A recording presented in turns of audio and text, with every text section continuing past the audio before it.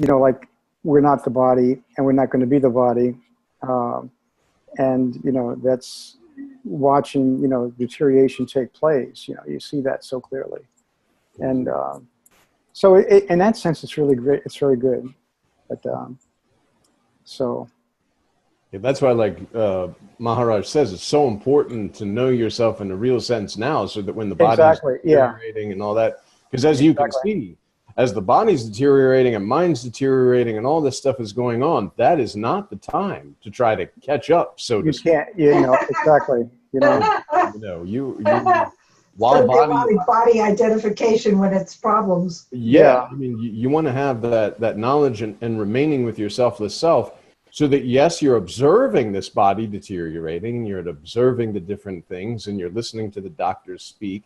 But like Nisargadatta Maharaj says, it's like the neighbor's child. Yes, that's all happening to this body. But I know myself as the formless sense of presence. And yes, there will come a time where I'm no longer using this body, and that's okay. Yeah. It doesn't affect me at all. I'm no longer using this body. It's deteriorating and going back to the 5 elements, and that's okay, because I just remain with my selfless self throughout it all. Yeah, and it's, I just see it so clearly with so many other people too. I just wonder. I was talking to a lady yesterday about her anxiety, and it's everything. It has so much to do with this identification with the body and with the mind, and boy, if you don't start working at it now, because people are coming down to the deadline's coming up for a lot of people. I mean, people are getting older, the people that I know, for instance, and so I don't know. I just feel so grateful that I really discovered this teaching. It's just really, absolutely. I mean, it's basically the only, you might say, it's salvation. Absolutely. Yeah. So. Yeah, because and like Maharaj says, the bookish knowledge, the literal knowledge, as you can see from people in the nursing homes and people in the hospitals and stuff like that, there's going to be doubt. If you haven't put yourself in a real sense, if you haven't really concentrated on the concentrator, and you absolutely know, yes, this body is the neighbor's child and it's going to leave soon, but that's okay. The literal knowledge of Ramana Maharshi says I should experience the I am like this, and Nisargadatta Maharaj says I should this, and Siddhar Meshwar Maharaj, there's no capacity to do this. Exactly. Yeah.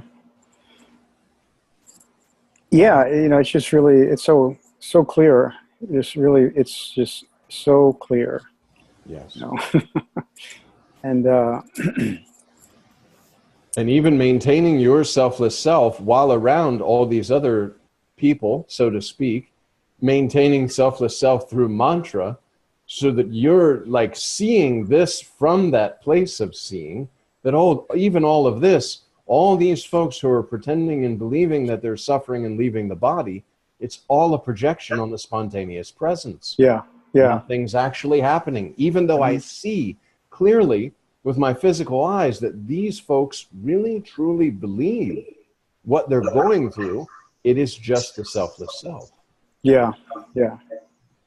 That comes clear, like for a while, then it disappears for a while when you get sort of engaged with everyone, dealing with this and that. But when I take time to just step back, I see that again, and it's just kind of like breaking down my own concepts, my own habits. Basically, it's like getting beyond all that. So, but. And then if you remain with your selfless self during this time, you're actually able to be there in real time and be present for the people, because you won't have your own mind and thoughts. Like a lot of times people will come to the hospital and they'll see somebody dying, and right away their own mortality is all they're thinking about while they're looking at their loved one. And you're able to remain with your selfless self and see it as it is, without having to sit there and say, wow, dying looks terrible. I hope that doesn't happen, and all of that kind of process. That won't happen thanks to the lineage of Maharaj's teaching. Yeah. And it's good practice, Like Maharaj says, all of this, every moment is just a test of the spiritual knowledge. Do you believe that the illusory world is real and start having a mind-created story about what is not? Or do you remain with your selfless self? Yeah, and it's acting out of that place too, because Yes. like today, like the idea Ranjit Maharaj used to say kind of frequently, forget everything and you are he. Yeah. And basically you can't really choose act. I mean, in other words, the action has to happen spontaneously. One of the things that I've been kind of getting the sense of is that it becomes very clear that I am not the doer, and I don't have to really be thinking about anything actually, because if you stay within selfless, or if you turn inward with selfless self, what's got to be done is going to happen. Yes. Instead of sitting, like going out forward and trying to figure it all out, where you get caught up in the whole mess. You get caught up in insanity that surrounds you. So basically, it's just going back into selfless self and kind of staying there, just letting it, just not getting involved in that, and then seeing how you act spontaneously. Exactly. Or not seeing how you act, but basically letting it happen by itself. Observing the actions without an actor being created or taking credit for an action. Right. Yeah. And that remaining with your selfless self, and the only place that future can occur is in mind, because otherwise it's just now. So exactly, yeah. While you're sitting there, you're just remaining with your selfless self mantra, and you see the activities are being done. This is being done. Oh, it's time to go eat. Or it's, the nurse comes in and says, oh, you need to leave or whatever. Everything is just spontaneous. Right. And when you notice that you're thinking or that there's a break in the spontaneity, okay, no harm, just back to mantra. Right.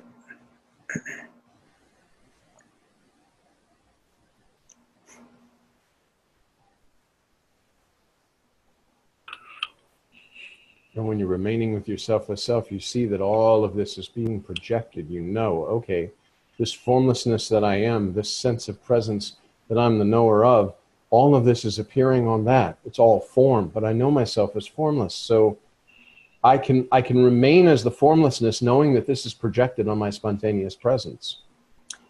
Yeah, and like one of the things is,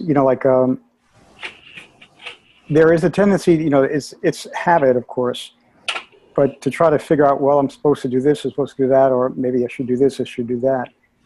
It's not letting myself get dragged into that, basically. I mean, you can think and kind of like thoughts will come, of course, and you can, as Maharaj says, you can choose, you can decide to accept the thought, and you can decide not to accept the thought. Exactly. But, it's just really letting it kind of like happen the way it's just happening. Yeah. And realizing that it is, in the truest, nothing is happening in the truest sense of the word. Yes. It is like a movie taking place. And, it's just letting it go like that. And then you play a part too, but, like, I'm not the director, and I'm, basically I'll be acted in the movie, but I'm not I'm not choosing to be the actor in the sense like making the choices, but something is acting through me. I'm being acted in this whole play. So. Exactly. Like we talked about last week, of looking and observing the space. Right. And you see, like when you're seeing the space, and then there's activity with these objects in the space, but you're kind of remaining from the seeing perspective of the space, that even this body that I'm watching move about is inside that space. The space is myself that is just providing. It's all appearing on spontaneous presence. In a formlessness, there is form occurring. And one of those forms that's occurring is labeled me or whatever. But it's just one of the forms. Yeah. When you pay more attention to the space and remain formlessly aware, like we were talking about before, then it becomes the question of which one of these objects, if I was to lose my sense of self as the space and more subtle than space, which one of the objects would I actually be that are occurring inside of myself? Mm-hmm. And then, another thing too, it's like this body form, this body mind organism or form, it basically has it's created a particular way, or it's got like the combination of the elements and the gunas or whatever, and basically it responds and does things the way it does. And so, like there's the idea that people tell you should do this and do that and do this and do that. It's just basically allowing what one is to happen, to do what it's going to do. Yeah, just not to prevent it. Yeah. Or not to judge, like, gee, I should be doing this or doing that. Because basically I'm structured in a particular way, and that's the way it kind of, it flows, So. Exactly. That brings to mind like the analogy of the leaf that's just blowing in the wind. If the leaf had an ego, it would say, hey, I don't want to go this way. I want to go that way. Why am I over here? I keep always being pushed over to that side. I wish I would go more this side. Exactly.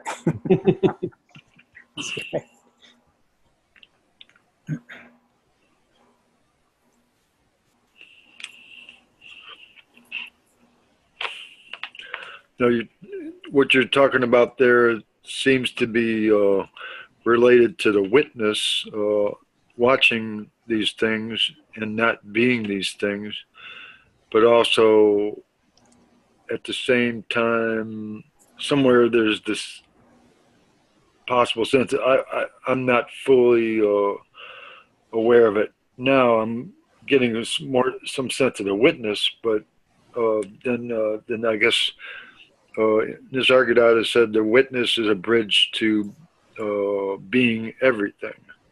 And then I guess maybe as develops or whatever, I might notice at some time that I am actually, there is no distance between what I am and what I'm witnessing. Well, there's no specific act of witnessing or creating of a witness. Remember, we said the easiest way to get rid of this idea of witnessing and then to open your eyes and just see as selfless self is to close your eyes. And when you close your eyes, you're still seeing. You're seeing like a darkness. You're seeing as Nisargadatta Maharaj talks about, kind of a bluish tinge. So you're still seeing, but you're not using physical eyes. That means body, world, everything is not needed for you to be. And then you can sit there and kind of observe thoughts on this screen. And there are different images and such, but you're still able to see that and perceive. But also when there's a gap in the thoughts or in the images, you still are. So that means you can't be in the mind or the mind flow. You're the witness of the mind flow without having to say you're a witness. And then you just go in and see, okay, if I'm not the body and I'm not the physical world and I'm not this mind, I'm not the ego, I'm not the intellect, I'm not thoughts, but yet I am, okay, I remain there. And that is prior to the arising of any words, because in order for words to be used, that has to come forward using mind, using the body as a voice box to speak. But of course, before you're speaking, the word has arisen here, but you remain prior to the knowledge of anything as your selfless self. Concept free, because even the ideal or word of concept, you cannot speak. You're in that. And then when you open your eyes, you're still in that sense and seeing this world, but without the conceptual kind of wheels turning, labeling occurring, concept spinning, thinking happening. You're prior to all of that. Remain there, always. I guess what I was referring to, though, was a couple of days ago, or I don't know if it was yesterday or the day before, I sensed that I actually, there was no distance between me and what I perceive. It was sort of like an experience of oneness. But I guess that didn't last all that long. And then, so it was just an experience, I guess. It's just... see, if you remain in the space that we just brought you to, there won't be anything. There won't be there's no arising of anything. And when something does begin to arise, you use the concept of mantra to keep with remaining with your selfless self. Prior to mind, prior to intellect, prior to physical, prior to world, formlessly aware without the idea of being formlessly aware, just be with you. And every time anything starts to talk about what be with you is, mantra. And again, you can do that stepping back. Okay, like Maharaj says, that's ultimate truth. You can't go any further. You're remaining with your selfless self, and yet you can quite actively move about. Ooh. Someone's vacuuming their computer.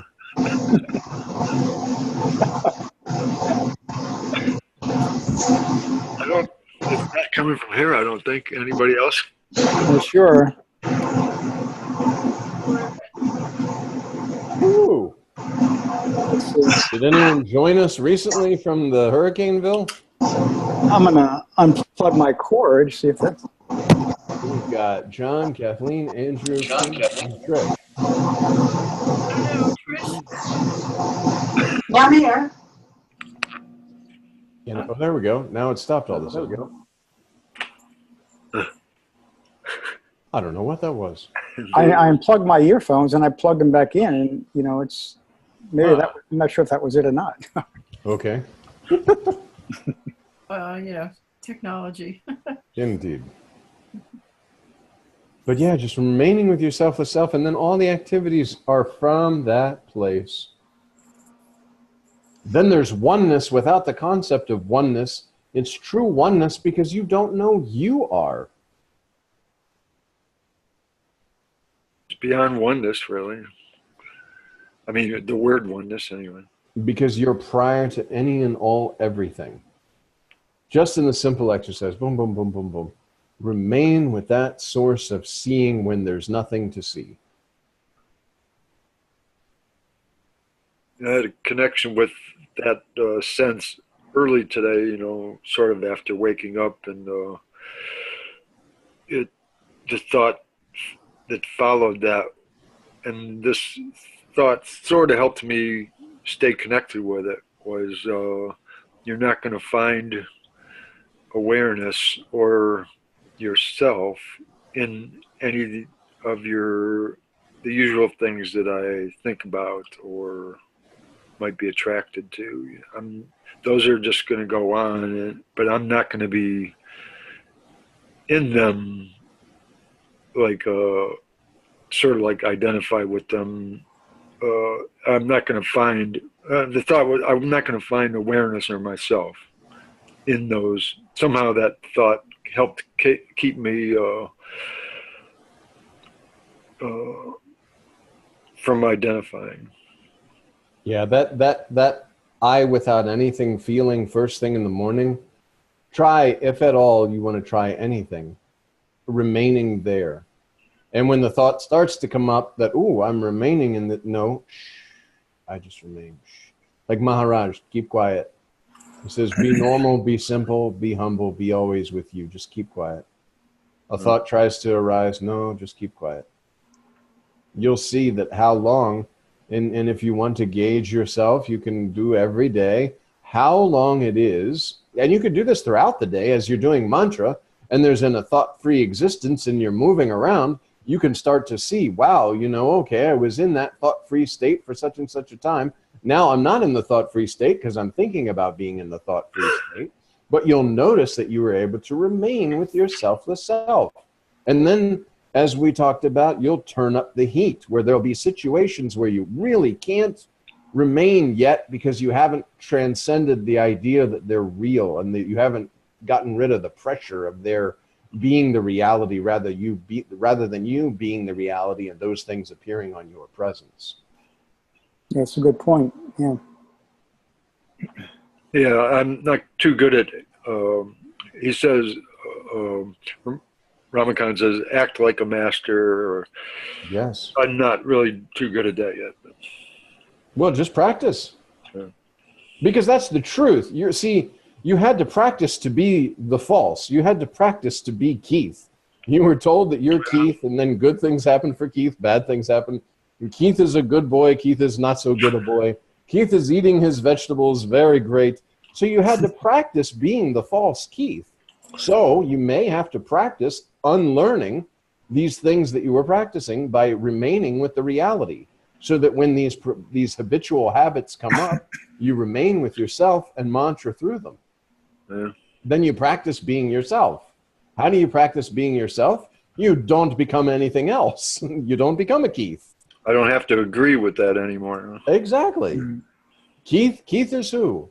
Okay, don't be goofy and be like somebody calls Keith and you're like, no, I'm the selfless self. I'm not responding to Keith, because that's very crazy. But inwardly, you know, okay, they're calling Keith. Keith is this body form. The gunas and the vital force through this body are responding to that name Keith. But that is not my name. That is not myself. That's just a label on the body of the instrument I'm using, just like Cadillac is the label on the car, or Nissan is a label on a car. The car has no idea it's a Nissan. A dog, if you say, oh, that's a dog, the dog doesn't say, oh yeah, I'm a dog. He has no idea you're a dog, or he's a dog. You've labeled him dog. So someone labeled this body Keith, and you know to respond to Keith, but you also at the deepest level know I am not this body that is labeled Keith. And therefore I'm the formless awareness that's keeping hold of this body. I'm holding this body for a time. But see, it's not my body even. This body is the 5 elements, and it's going to return to them. I'm kind of leasing it in this thing that labeled lifespan.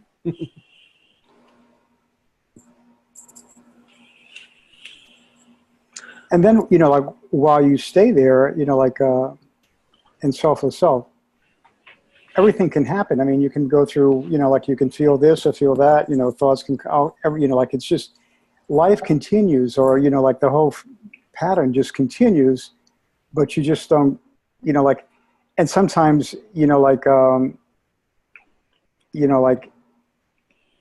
it's not as easy to be there as it is at other times. But you can always be there regardless of what is happening, because, you know, things will come. You know, you can break a leg or something like that, or, you know, something can happen at work, or, you know, who knows. But, you know, like it's, you know, as you said, it's, you know, all these things kind of push us in the right direction, you know, towards that disidentification, you know. And at the same time, you don't have to keep reminding yourself that you're the selfless self. You inwardly know. You can touch base with yourself, remaining there, but you can still, you know, actively do things. You could pursue a career, you can pursue relationship, whatever you may be wanting to do, that's fine, but you just don't lose touch with yourself. That's really all it is. But you also start to recognize that that it was there all the time anyway, but you just weren't like recognizing it or something. Yeah, I mean, you know, it can be like friendships, go out on a boat, go fishing, whatever. You don't have to tell everybody you're the selfless self. You don't have to maintain like a very meditative posture or anything like that. You just actively do this and everything's okay. Inwardly, you know, okay, it's all an illusion, but I don't even have to tell myself it's all an illusion, because I'm remaining with my formless sense of presence through these activities that seem to be occurring, which I don't take the touch of them, and yet I can fully enjoy them. I just don't have that mind that says, well, this fun's going to stop, and maybe these friends won't hang out with you next week or something. You know what I'm saying? None of that nonsense, because you don't have to get caught up, and yet you can still fully live. You can fully use this body to go through the activities, fully being there and remaining with your selfless self. Because I think in the beginning, that for myself, it was, here's selfless self, and and like Maharaj says, you don't want to fall back into the ditch. But you're also, as Maharaj says, you're not just a statue sitting around. You're actively participating in the life. Do your job, do your duties, but remain with your selfless self. And knowing that, okay, this formlessness, all of this is appearing on my spontaneous presence, But because I know that, I don't have to keep reminding myself that. Like Maharaj always says, I don't have to keep saying, this is John, I am John, I am John, this is how John responds. It's not like that. I don't have to sit there and keep saying, I'm the selfless self, I am Brahman, therefore these things are not actually happening or whatever. No, you're so one with that knowledge that you can go ahead and enjoy this time while it's here, experiencing whatever happens to be experiencing, knowing that there's no experience, no experiencer. Actually, you would probably, like Maharaj says, you'd have courage to take more risks and live life more fully, because you would not be scared that something terrible is going to happen, because inwardly you know and you remain with nothing is happening.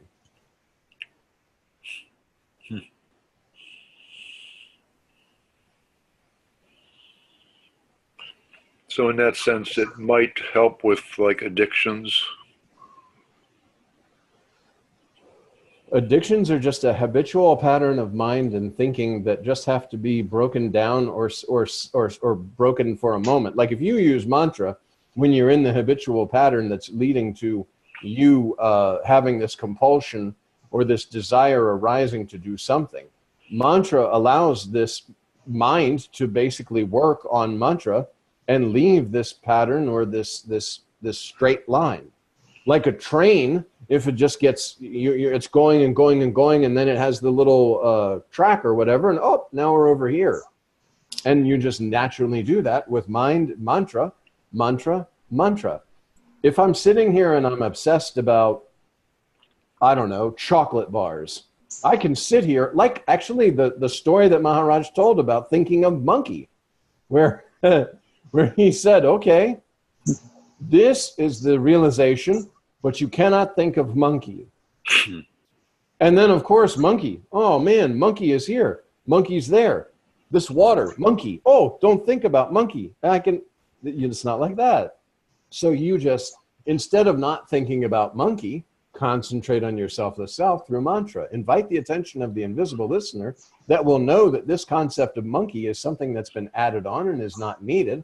So no requirement of thinking is occurring, because you're remaining with your selfless self prior to thought, because that formlessness, spontaneous presence, body, mind, ego, intellect. And here you are prior to beingness.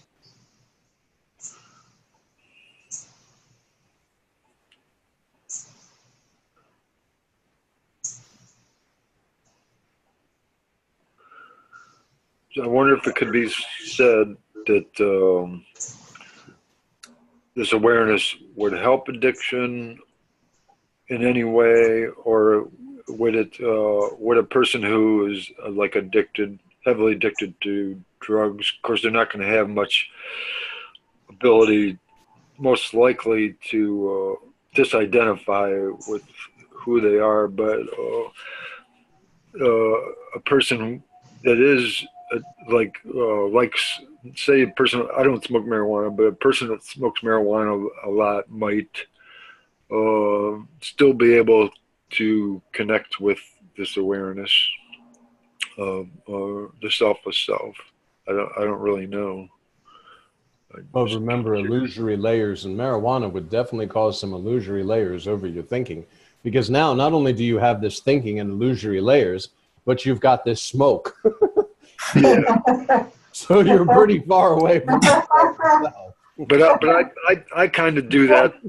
I'm habituated to things that are sort of addictive, like sugar and smoking, and it doesn't really seem to really get in the way, at least so far, of me. If you remain with your selfless self, and I can speak through this from experience, these habitual things seem to fall away because you're living spontaneously. You'll literally, forget that you had this habit or whatever. I can speak for my own self from smoking. And even when I went to Maharaj, I was still vaping for a while with a very low percentage and hopefully getting off it. But just one day, it was just like, okay, I'm not picking this up anymore. And the eating, sometimes is like, okay, you're on this track and you think, oh man, I'm just eating so much and all this. But at the same time, living from that spontaneous reality, there is no habit. because there's no you. There's nothing to stick to and say, this is what I'm doing. You know, there's not a personality disorder because you've transcended this concept of personality.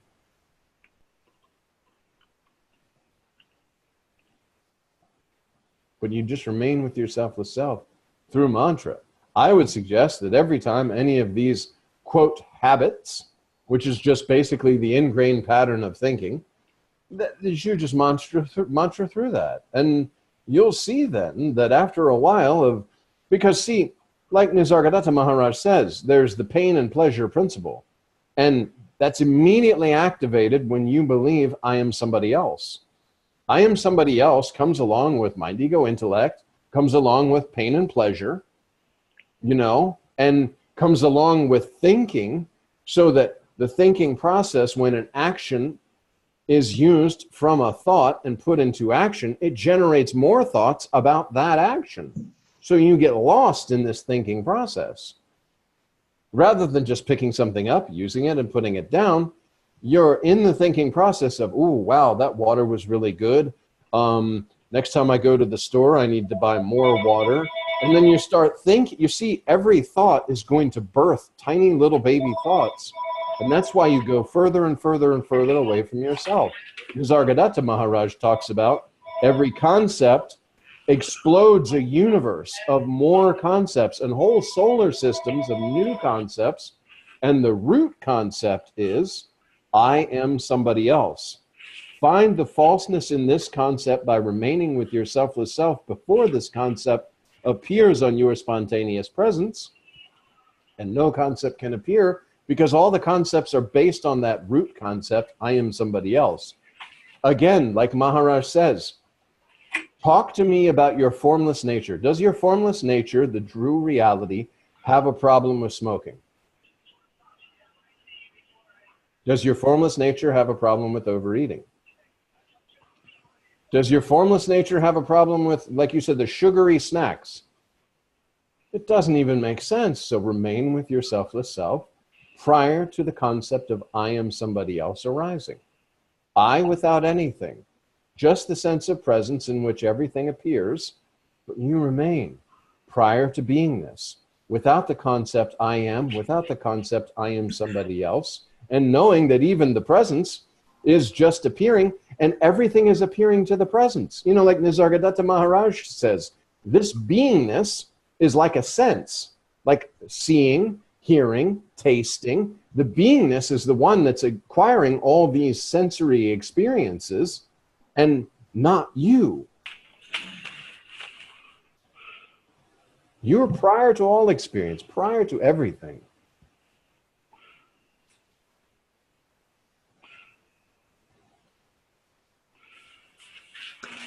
I think you said last week that that's like the boil on your butt. Exactly. Yes, you are the boil on the butt of selfless self. Yeah. And yet selfless self is formless, so a boil can't be on something formless, only the idea of a boil. Like when you remove, when you talk about like in the war, people lose their legs, but they still have the feeling of their legs, but their legs aren't there. Where you have this feeling, this pressure of this boil on your butt, I am somebody else, but it's not true. It's not actually there. It's just through attention, you still believe it's there. Yeah. Mantra allows you to divert your attention so you stop paying attention to this boil on your butt that's not there.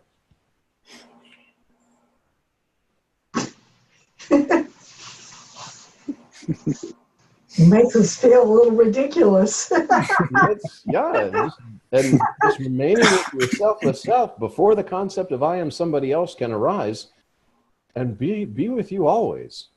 And nothing is worth giving yourself away. Number one, why? Even the lottery is not worth giving yourself away because all of this is appearing on your spontaneous presence. And your presence is the only thing that on your deathbed, as we were talking about, you know you are. When this body form dissolves, I am. I know I am through body. When I don't have a body, I am, but I won't know I am because prior to body, I am, but I didn't know I am until body and I am clicked and I said, I am. Oh, I exist. Now that I know I exist as the formless sense of presence and not this body, mind, ego, intellect, when this body, mind, ego, intellect is leaving, I can observe it leaving and remain with my selfless self.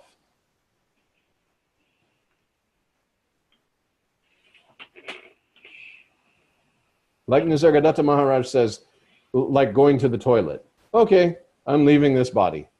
Plunk.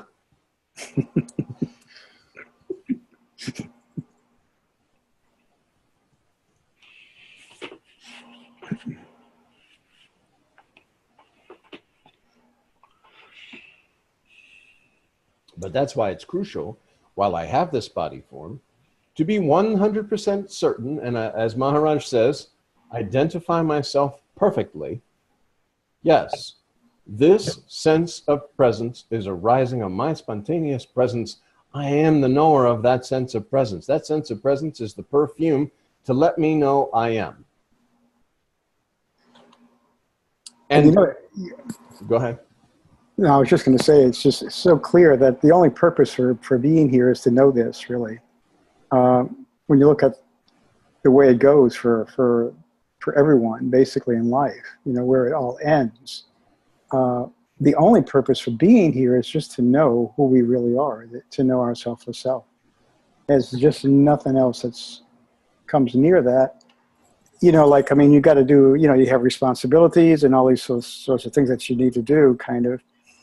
But at the same time, man, if that's not the primary, thrust of one's existence, it's just like, forget it. It's just like a waste of time. Yes. And it's just like people, the great opportunity, people just, well, yeah, I don't want to say people because, it's taken it all as, well, really individuals, but basically using the opportunity that we're given to realize what we are, what, why our true identity.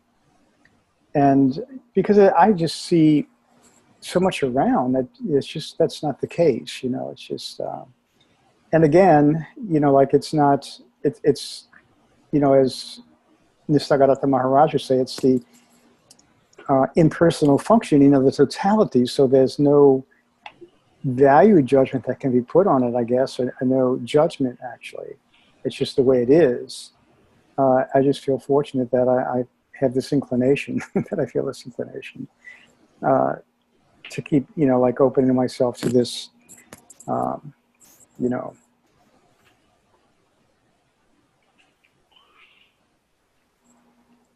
Yeah, this formless oneness, this mystery that you didn't even know you were, and you drop down into this illusion and then just kind of move about in this illusory world of nothingness. But the whole concept is, all of it's a concept so that you can keep, the energy keeps going. These bodies keep being created. It's a little body factory called family. And the selfless self is moving everything about and speaking and creating imaginary stories in all of it, and just keep going and going and going. And just like Maharaj says, that just to be this beingness. And even the ant, the selfless self in the form of an ant says, I need to survive. So water comes, he runs away. And it's the expression, the total manifestation is just expressing. And the perfection that doesn't know it's perfect because it's prior to perfection, because there's no imperfection until the imagination creates the illusory world where imperfection can be as a concept. Right. I think in the bhajans, in the kakarati, and at the end it says, that is whole and perfect, this is whole and perfect. From the whole and perfect, the whole and perfect becomes manifest.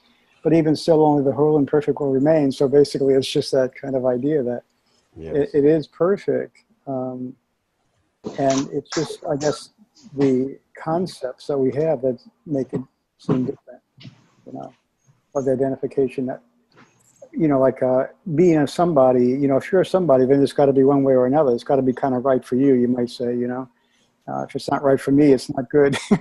Right. So, but that's really, that ending of the Kakarati, I think, well, it's Chinandarupa, actually. It's, Yes, that is soul and phrase purpose. there, yeah. So, It's not perfect unless I am perfect in some sense. yeah. But recognizing that that I'm, points to the perfectness. what's that? You're the manifestation. You're the manifestation of imperfection in the perfection. Because The unmanifest in which all of this is arising. so The absence of all attributes so that attributes can be perceived by an otherness when there is no other, but through the sense and concept of otherness by clicking with a body. See, the entire idea of separation is only because you truly believe you're a body.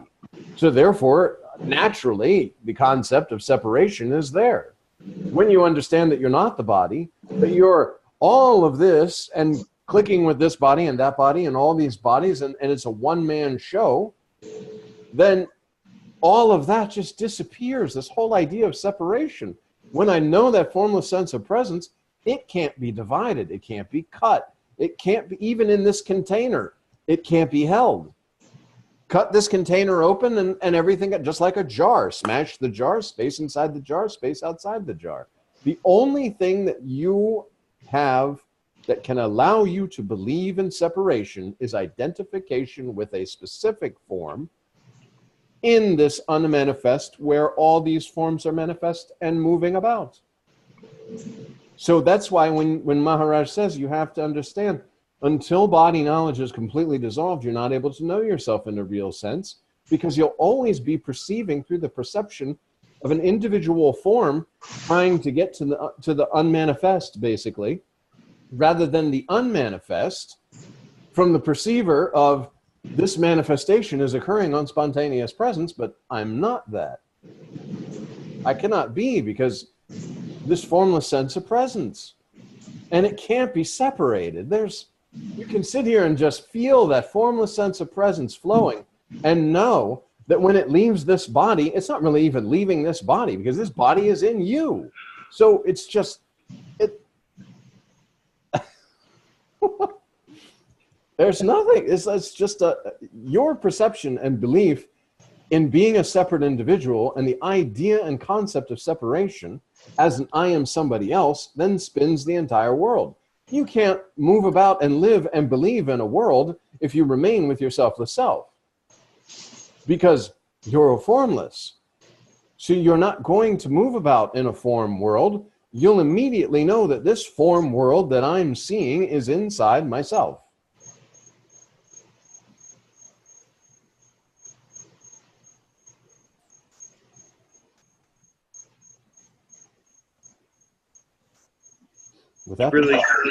It's really confusing from the point of view of believing that I'm a body and that others are bodies.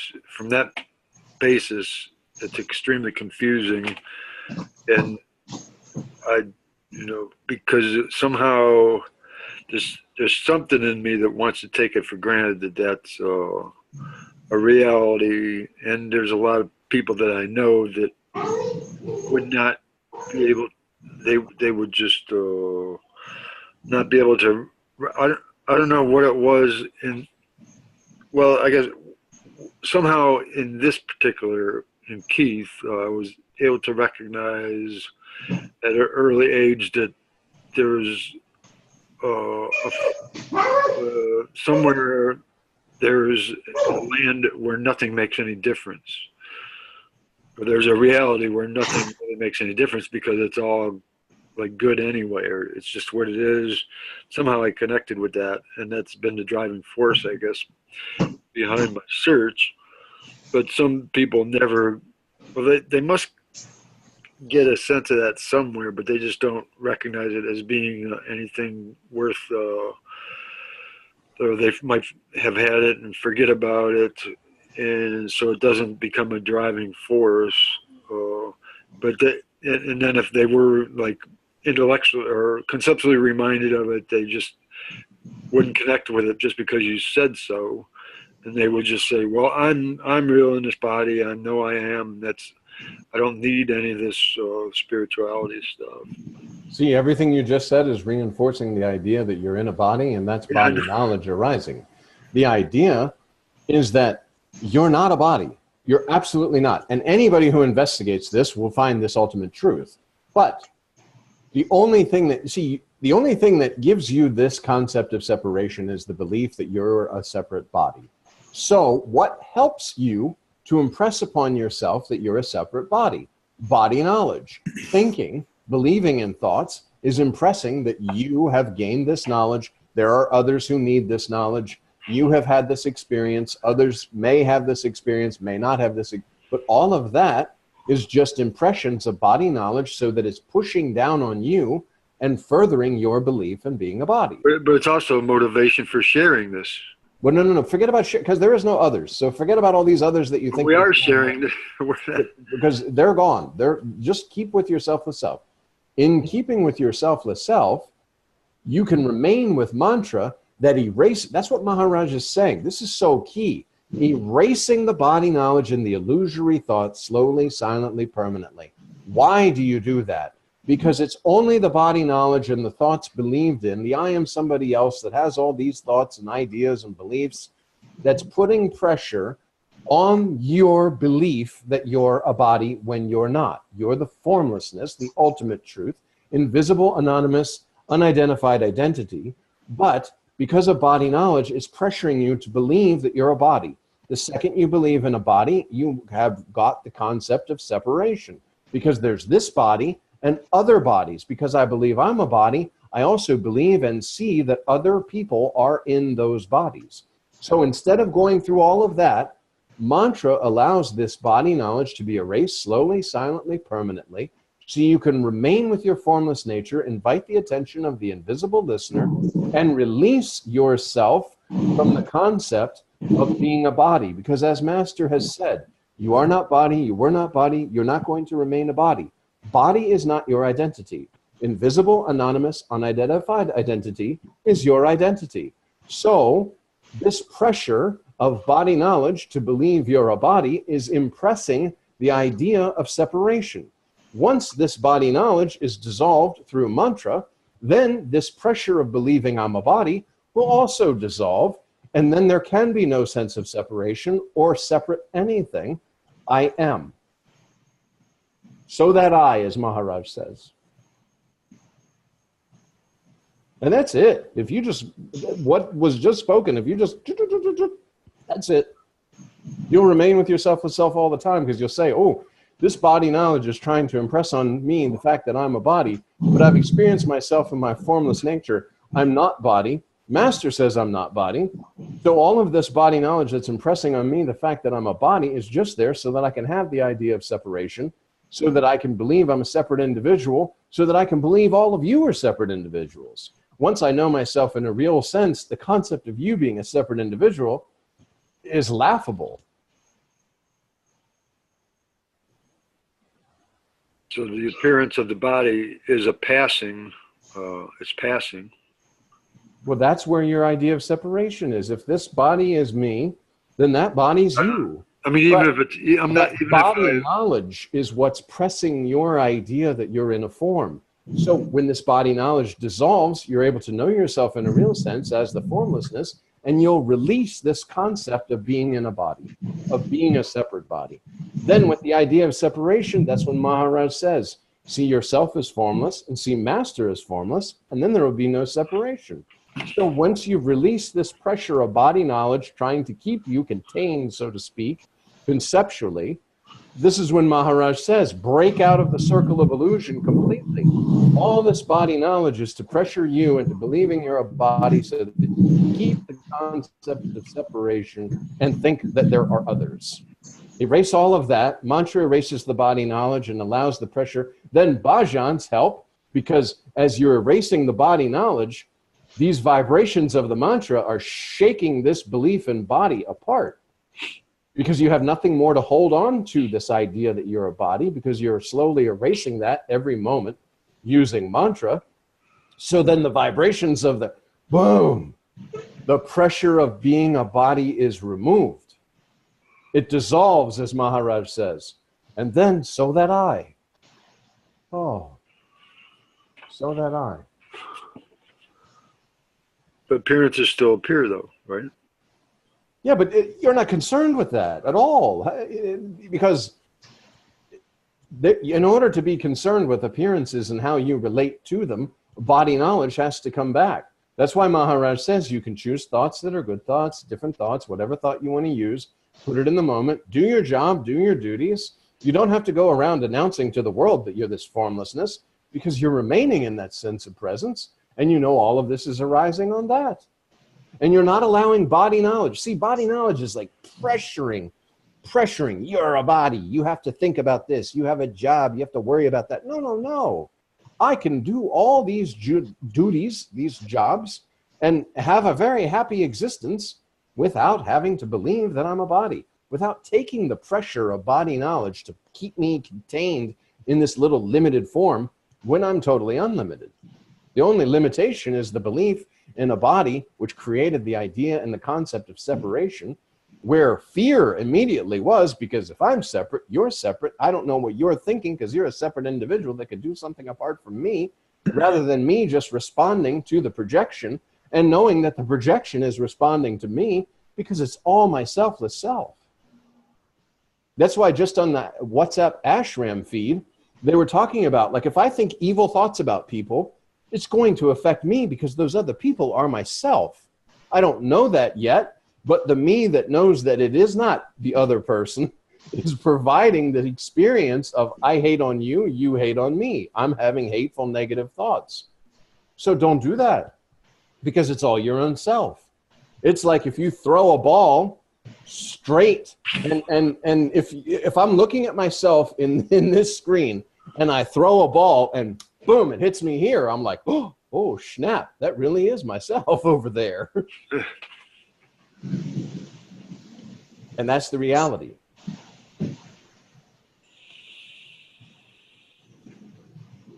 Interacting with the spontaneous presence in the projection in the moment, knowing full well that you're the formlessness in which all these forms are arising. And again, we can talk about you're sitting here and you're just observing the space and saying, okay, Maharaj said, if at all I want to compare, I compare myself to space or sky.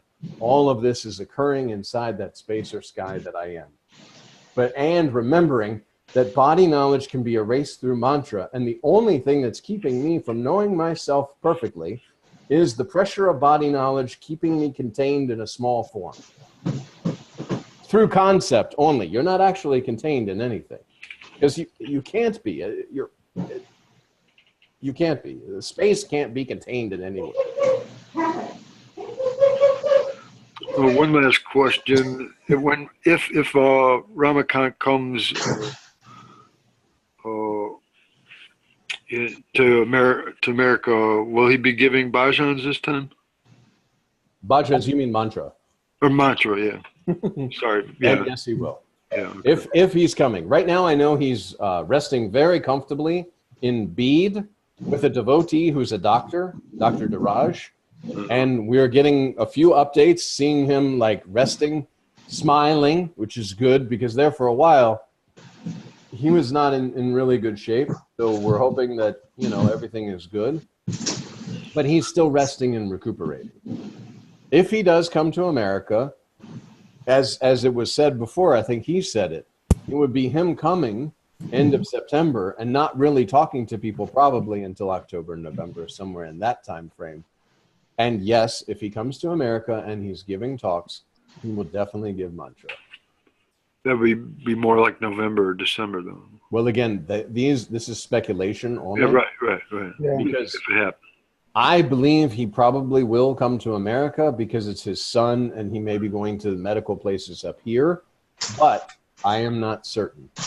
I know there for a while, everyone was really concerned. We were getting updates about his legs were swelling. He was really moving around very slowly, having to be walked with other people. He was having trouble with the breathing. coughing constantly, not able to sleep for months at a time. Now, from what I understand, he's resting and recuperating and relaxing under the doctor's care. That sounds dangerous to be flying on a plane with that circulating air. Again, he is under the doctor's care, so whatever they say, that's what he'll do. You can use the idea of separation to pray for him and to wish him well, if you like. Because I do. Every so often I text him on the WhatsApp just to let him know, you know, he's always here, but of course you don't have to keep saying, and he knows, you don't have to keep saying, you're expressing compassion for another being, basically, knowing that it's all the selfless self, but it's two separate expressions doing their thing. One is expressing compassion for another that's suffering. And that's, how do you text him on WhatsApp? You're just in the group. There's an ashram group. Actually, if you send me your email address or your phone number. Okay. You have a mobile phone, yes? Yeah, I have a mobile phone and I have the WhatsApp app now. Oh, okay, good. Yeah, if you send me your mobile phone, then I'll copy and paste and I'll ask and say, yes, this is Trish and she took mantra in the USA and would like to be on the WhatsApp ashram feed. Because it's nice. They post, I post myself there too, many things of the different masters, and they post pictures of the ashram almost daily. So you get to see and experience the ashram on a day-to-day basis. Right. See, I didn't used to have WhatsApp, but I just got it put on. I had trouble getting it on. Yeah, anybody who wants to send me their phone number, I'll copy and paste and put it in WhatsApp. The only thing is that we ask, of course, and they'll remove you right away if you're disrespectful in any way. I'm not assuming anyone would be that way. But if it's like too chattery, like comment. No, I wouldn't do that. But other than that, just observing the pictures. You know, I'm not chattery. I know. I'm speaking for in general. I understand. I understand. Because even the guy who runs it will give a little list sometimes, and he'll say, please, everybody, this is as if you're right in front of Maharaj. The ashram pictures are there. The different bhajans will occasionally appear there. Different transcripts of talks will appear. Maharaj's talks, when he was doing them, will be there that you can download and listen to. They're the same ones that are on the Mixler, but it's nice to have them like on your phone. You can just download it and listen to it. So, and there's images of the ashram, images of the people who are visiting Maharaj in the ashram. And right now, like I said, it's kind of an update of the people that are in Bede that are with Maharaj and during his him taking a rest, they call it, but during his recuperation. But, and it looks like, I just noticed, it's 8:17. I know, as soon as I noticed it, you're noticing. You notice my look, oh, yeah. Must be time. Anyway, all right, guys. All right, good. Thank you very much. Thank you guys very much. Thank you very much. Okay. Thank you. Good night. Thank you.